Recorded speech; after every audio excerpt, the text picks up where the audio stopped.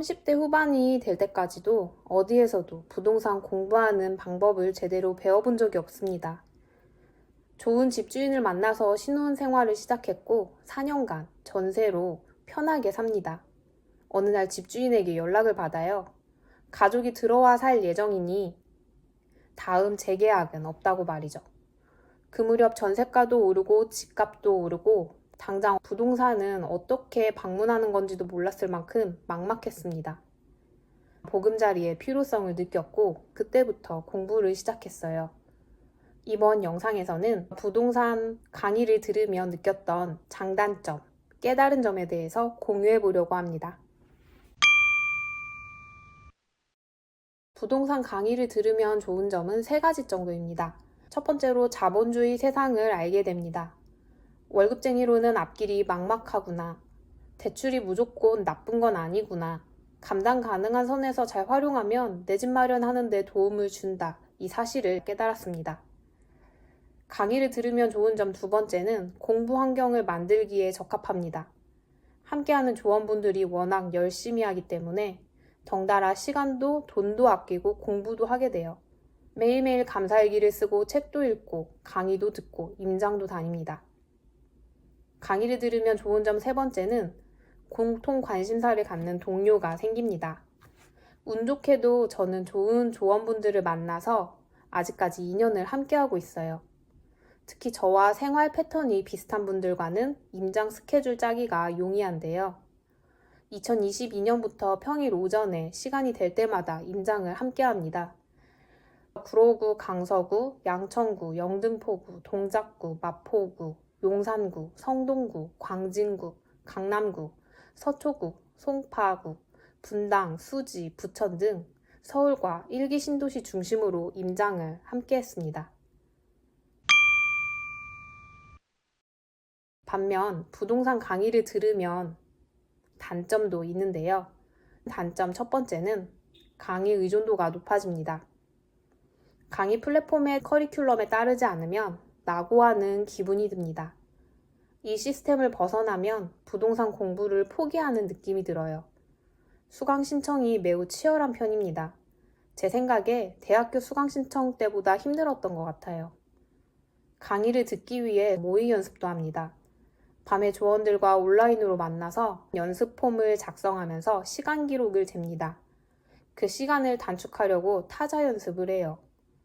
수강 신청을 못하면 그 상실감은 어마어마합니다. 강의를 못 들어서 뒤처지는 느낌이 들다 보니 강의를 재수강하며 마음을 달랠 때도 있었습니다. 단점 2번째는 본질이 퇴색됩니다.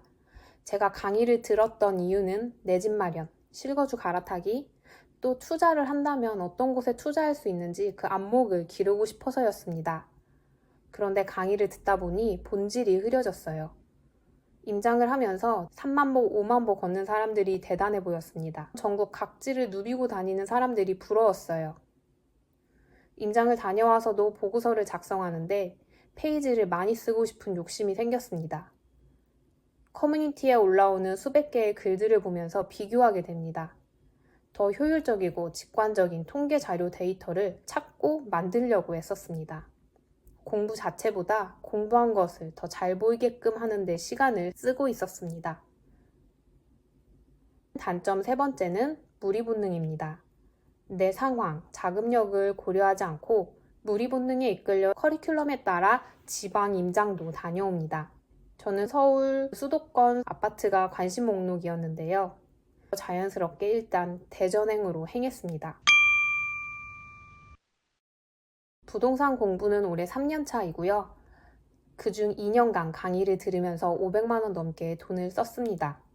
그 과정에서 깨달은 점은 단 한 가지입니다.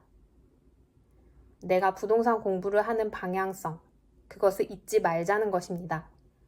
여기서 방향성은 우리 가족이 어떤 방식으로 살고 싶고 어디서 살고 싶은지에 대한 확실한 기준입니다. 이건 강의에서 알려주지 않더라고요. 집은 의식주에 해당하는 기본 요소입니다. 있어도 되고 없어도 되는 게 아닙니다. 그래서 부부가 부동산에 대한 방향성, 투자에 대한 방향성을 맞추는 게 중요한 과정 같아요. 이 기준이 생기니까 강의를 못 들었을 때 조급해지거나 불안해지지도 않았습니다. 부동산 공부는 어차피 평생 해야 합니다. 중간중간 필요한 강의가 있다면 듣는 것은 오케이. 다만 강의 자체에 의지하며 재수강, 삼수강하고 강의 플랫폼의 충성 고객이 되지 말자는 것입니다. 요즘 저는 이렇게 공부합니다. 롱런 하기 위해 루틴을 만들었어요. 매일 신문기사와 실거래를 체크하고 일주일에 한 권 정도 책을 읽고 한 달에 2번 정도 독서 모임에 참여합니다. 그리고 한 달에 한두 번 관심지역 임장을 다녀옵니다. 지금까지 부동산 강의를 들으며 느꼈던 점들에 대해 말씀드렸습니다. 저와 같은 곳에서 공부하신 분들, 아니면 부동산 공부의 시작을 망설이는 분들도 계실 텐데요. 댓글로 여러분의 생각과 의견도 공유해주세요. 다음에도 좋은 영상으로 찾아뵐게요. 감사합니다.